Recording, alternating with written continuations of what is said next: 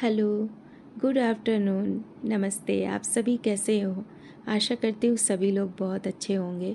तो जी हाँ, आज मैं क्या कर रही हूँ तो आज है हमारा व्रत यानी संतान सप्तमी, जो भादों में सप्तमी के दिन इस व्रत को किया जाता है।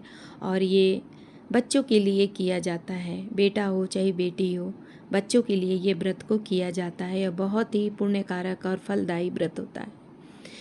तो हर माँ इस व्रत को इसलिए करती है कि उसके बच्चे हमेशा खुशहाल जीवन व्यतीत करें, हर कष्ट हर रोग से दूर रहें और अपने जीवन में सफल हों और उनकी आयु बहुत लंबी हो।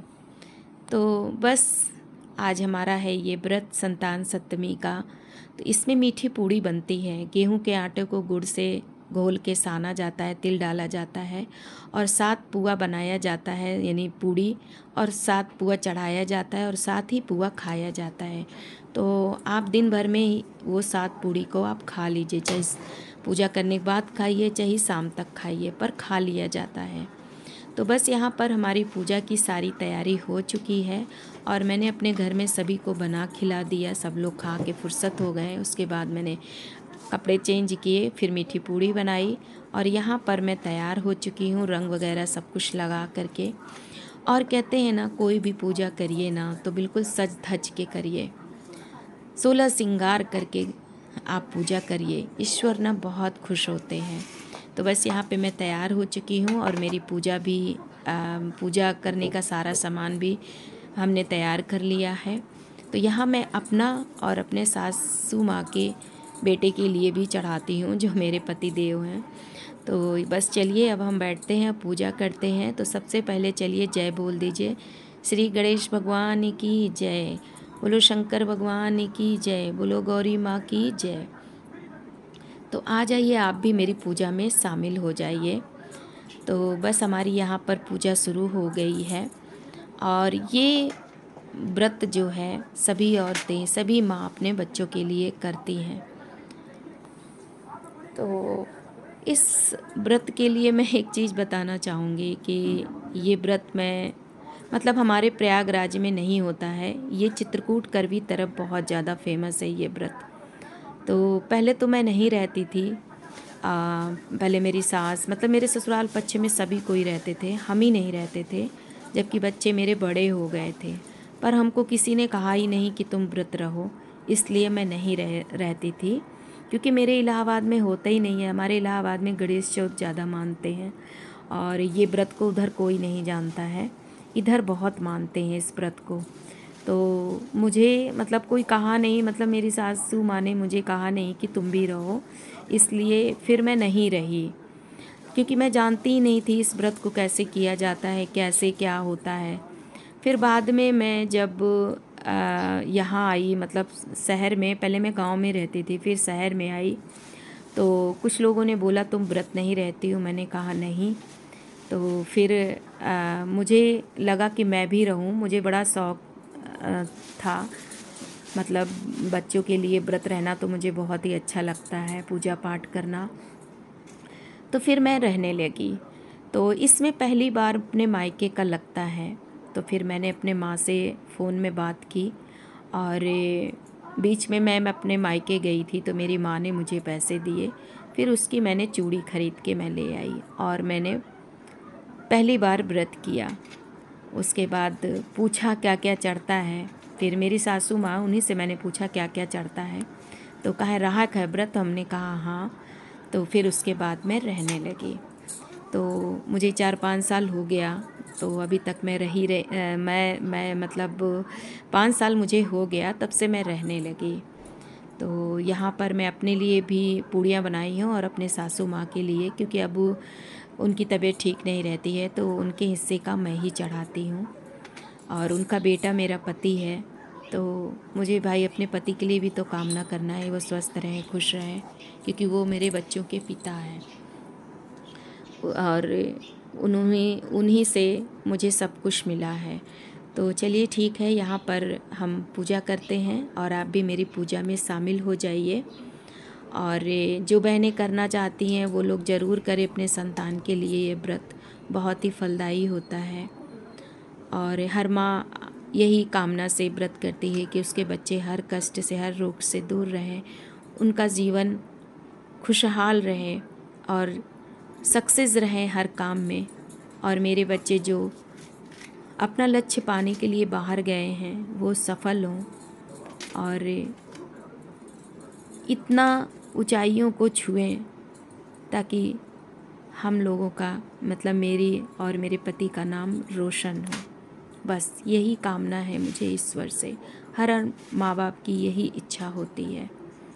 तो चलिए ठीक है, हम पूजा अब करते हैं, आप भी मेरे पूजा में शामिल होइए और वीडियो अच्छी लगी तो लाइक दीजिएगा, जो नए भाई बहन हैं चैनल को सब्सक्राइब करिएगा।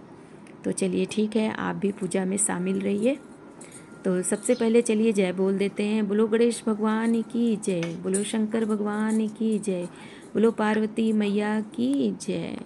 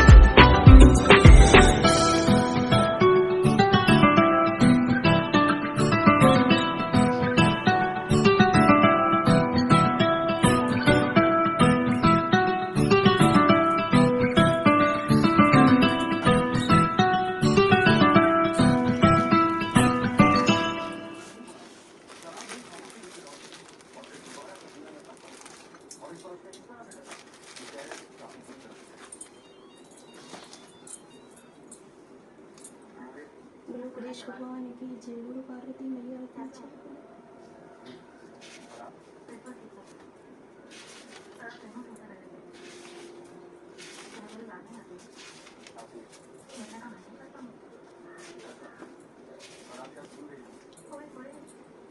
एक दिन महाराज युधिष्ठिर ने भगवान से कहा कि हे प्रभु, कोई ऐसा उत्तर व्रत बतलाइए जिसके प्रभाव से मनुष्यों के अनेकों सांसारिक क्लेश दुख दूर होकर वे पुत्र एवं पुत्रवान बने। यह सुनकर भगवान बोले, हे राजन, तुमने बड़ा ही उत्तम प्रश्न किया है।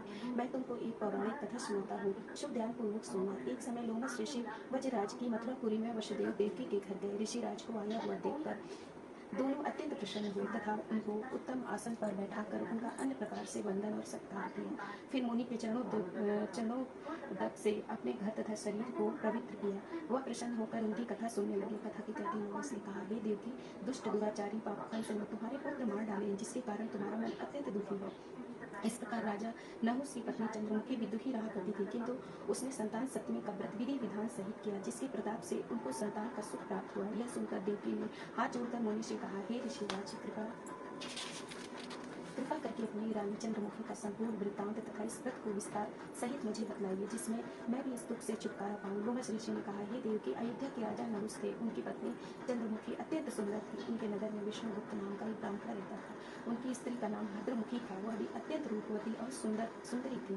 रानी और ब्राह्मणी में अत्यंत प्रेम था। एक दिन वे दोनों सरयू नदी में स्नान करने के निमित्त गए। वहाँ उन्होंने देखा कि बहुत सी अन्य स्त्रियां सरयू नदी में स्नान करके निर्मल वस्त्र पहनकर एक मंडप में शंकर एवं पार्वती की मूर्ति स्थापित करके पूजा कर रही थी।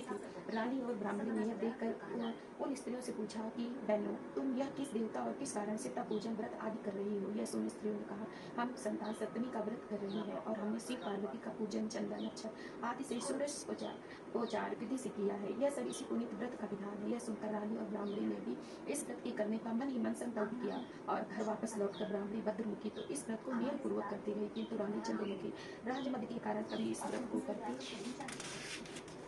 कभी न करती, कभी भूल जाती। कुछ समय बाद दोनों मर गए। दूसरे जन्म में रानी ने बंदरिया और ब्राह्मणी ने मुर्गी की योनि पाई, परंतु ब्राह्मणी मुर्गी की योनि में भी कुछ नहीं भूली और भगवान शंकर तथा पार्वती का ध्यान करती रही। उधर रानी बंदरिया की योनि में भी सब कुछ भूल गई। थोड़े समय के बाद दोनों ने यह देह त्याग दी। अब इनका तीसरा जन्म मनुष्य योनि में हुआ। उस ब्राह्मणी ने एक ब्राह्मण के यहाँ कन्या के रूप में जन्म लिया तथा रानी ने एक राजा के यहाँ राजकन्या के रूप में जन्म लिया। उस ब्राह्मण कन्या का नाम भूषण देवी रखा गया तथा विवाह की गोकुल निवासी अपने श्री ब्राह्मण से कर दिया। भूषण देवी इतनी सुंदर थी कि वह आभूषण रहित होते हुए भी अत्यंत सुंदर लगती थी। कामदेव की पत्नी रति भी उसके सम्मुख ले जाती थी। भूषण देवी के अत्यंत सुंदर सर्वगुण संपन्न चंद्रमा के समान धर्मवीर कर्मनिष्ठ सुशील स्वभाव वाले 8 पुत्र उत्पन्न हुए। यह सब शिव जी के व्रत का पुनीत फल था। दूसरी ओर शिव विमुख रानी के गर्भ से कोई भी पुत्र नहीं हुआ। वह निसंतान दुखी रहने लगी। रानी और ब्राह्मणी में जो प्रीति पहले जन्म में थी वह अभी बन रही। रानी जब वृद्धावस्था को प्राप्त होने लगी तब उसे गूंगा बहरा तथा बुद्धिहीन पाली वाला पुत्र हुआ। 9 वर्षीय निश्चल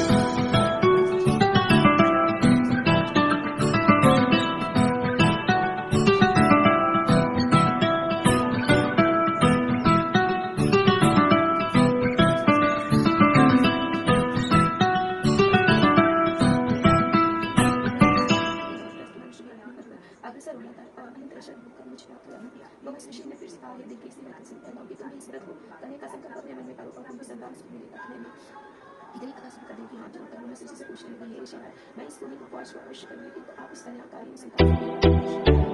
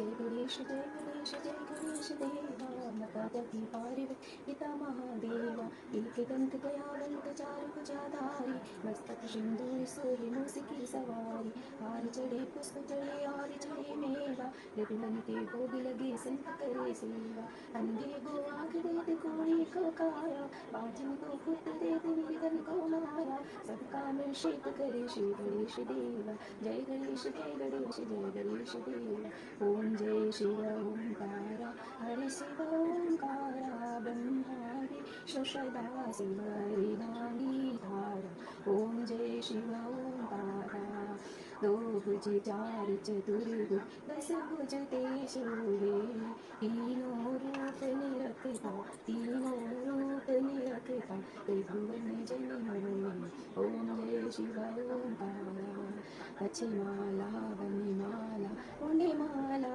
धारी चंदन मृग मध्य भाल पे सोए शशिधारी ओम जय शिव ओंकारा श्वेतांबर पीतांबर बाघंबर अंगे शनिकादिक ब्रह्मादिक भूतादिक संगे ओम जय शिव ओंकारा त्रिभुवन शिव जी की याद जो कोई नर गावे प्रभु प्रेम सहित गावे कहत शिवानंद स्वामी मन वांछित फल पाए ओम जय शिव ओंकारा। बोलो शंकर भगवान की जय, बोलो पार्वती मैया की।